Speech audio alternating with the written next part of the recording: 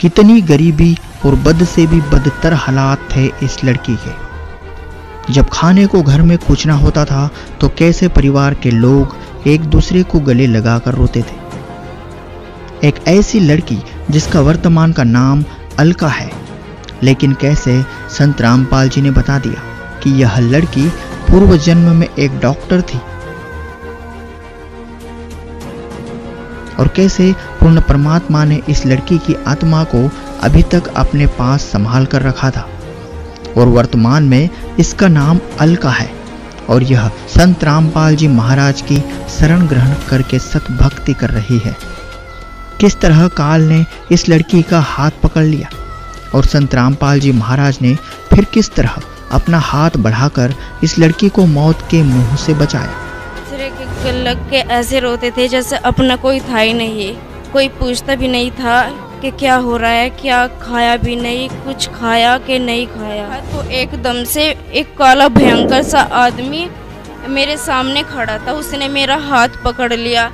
गुरुजी कह रहे थे कि ये काल था, एक तरफ गुरुजी खड़े थे, एक तरफ काल खड़ा था। काल ने मेरा हाथ पकड़ा लेकिन गुरुजी के पास तक मेरा हाथ नहीं गया। मेरे हाथ में बेड की चादर आ गई, मैं और बंदी छोड़ के जय बोलती रही। एकदम से आकर के बेटी तू एक सत्या नाम की डॉक्टरनी थी, तेरे कोई औलाद नहीं थी, लेकिन तू मेरी शरण में आई थी, तूने मेरी भक्ति की थी, इसलिए मैंने तुझे अपने पास रख लिया था और कहा था बेटी जब हम खुद चलकर पृथ्वी पर आएंगे उस वक्त आपको भेजेंगे। पूरी कहानी समझने के लिए बने रहिए वीडियो के अंत तक। अगर अभी तक आपने द लाइफ स्टोरी चैनल को सब्सक्राइब नहीं किया है तो सब्सक्राइब कर लें। मेरा नाम अलका है। कहाँ से हैं आप? मैं गांव वैदखेड़ी, जिला शामली, यूपी से आई हूँ। बहन जी, संत रामपाल जी महाराज की शरण में आने से पहले आप कौन सी भक्ति करते थे? संत रामपाल जी महाराज की शरण में आने से पहले मैं सभी देव देवताओं की पूजा करती थी, मंदिर जाती थी, सभी जगह जाती थी मैं, लेकिन मुझे कोई राम नहीं मिल रहा था। मैं बहुत बीमार थी, मेरे मम्मी पापा बहुत ज़्यादा बीमार थे, बहुत दुखी थे, लेकिन ये सब भक्ति करते करते भी कोई लाभ नहीं होता, बजाय लाभ के और नुकसान ही हो रहा था। मेरे पापा को ब्लड कैंसर था, कुछ नहीं राम हुआ, सब डॉक्टरों ने जवाब दे दिया था। मेरी मम्मी भी बहुत बीमार थी और मैं भी बहुत बीमार थी, लेकिन हमें कोई लाभ नहीं हुआ। बहन जी, संत रामपाल जी महाराज की शरण में आप कैसे हैं? संत रामपाल जी महाराज की शरण में हमारे गांव के एक संजू भगत जी हैं, जिन्होंने रामपाल जी महाराज का नाम उपदेश ले रखा है। उन्होंने हमें बताया कि वहां जाने से, नाम उपदेश लेने से आपके सब कष्ट दूर हो जाएंगे और आपको मोक्ष मिलेगा ही मिलेगा। क्योंकि मेरे पापा जो हैं वो झाड़ फूक का काम करते थे, एक किस्म के ओझा ही थे वे, मतलब सबको झाड़ते थे, सबको फ़ायदा देते थे, लेकिन इतना सब कुछ करने के बाद भी हमें कोई सुख नहीं मिल रहा था। सबको सुखी करते करते हम इतना दुखी थे कि हम किसी को बता भी नहीं सकते थे। एक दूसरे के गलग के ऐसे रोते थे जैसे अपना कोई था ही नहीं, कोई पूछता भी नहीं था कि क्या हो रहा है, क्या खाया भी नहीं, कुछ खाया कि नहीं खाया। मेरी मम्मी को रसोली हुई थी पेट में, डॉक्टर ने कहा था कि सिर्फ 15 दिन का टाइम है, 15 दिन के टाइम के बाद इनका कोई इलाज नहीं हो सकता है, इनकी रसोली फूट सकती है और इनकी कोई गारंटी नहीं।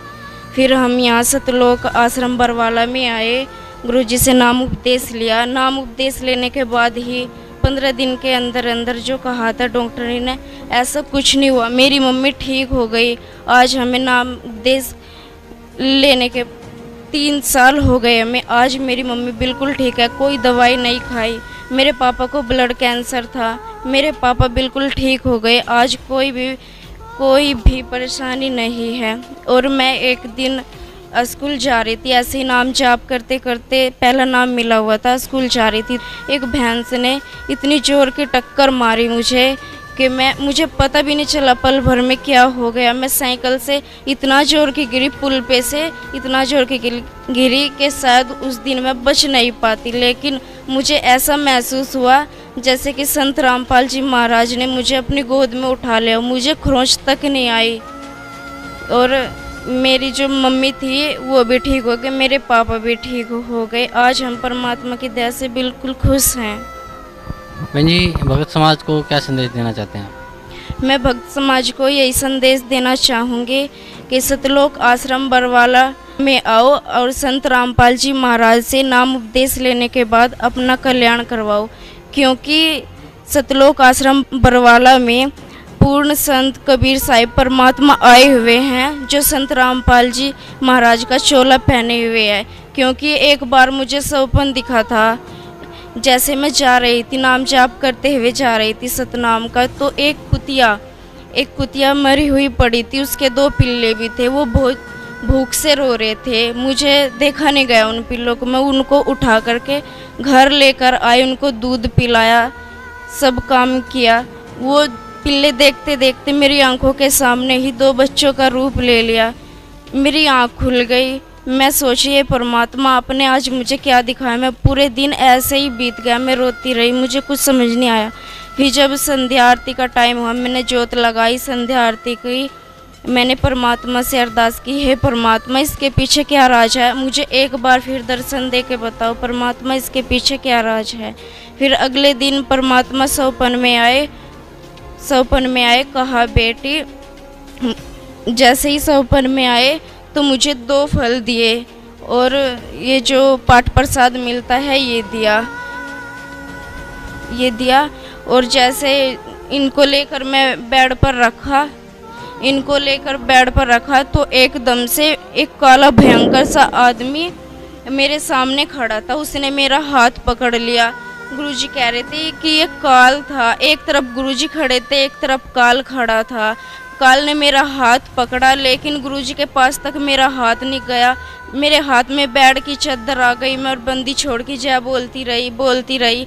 एकदम से बंदी छोड़ की जय बोलते बोलते परमेश्वर ने अपना हाथ बढ़ाया। जैसे ही हाथ बढ़ा, काल ने मेरा हाथ छोड़ दिया और मेरी आँख खुल गई। फिर अगले दिन फिर ऐसे ही हुआ। मैंने फिर परमात्मा से अरदास लगाई तो परमात्मा ने कहा आकर कि बेटी 600 साल पहले तू एक सत्या नाम की डॉक्टरनी थी, तेरे कोई औलाद नहीं थी, लेकिन तू मेरी शरण में आई थी, इसलिए तू मेरी शरण में आई थी, तूने मेरी भक्ति की थी, इसलिए मैंने तुझे अपने पास रख लिया था। और कहा था बेटी जब हम खुद चलकर पृथ्वी पर आएंगे उस वक्त आपको भेजेंगे।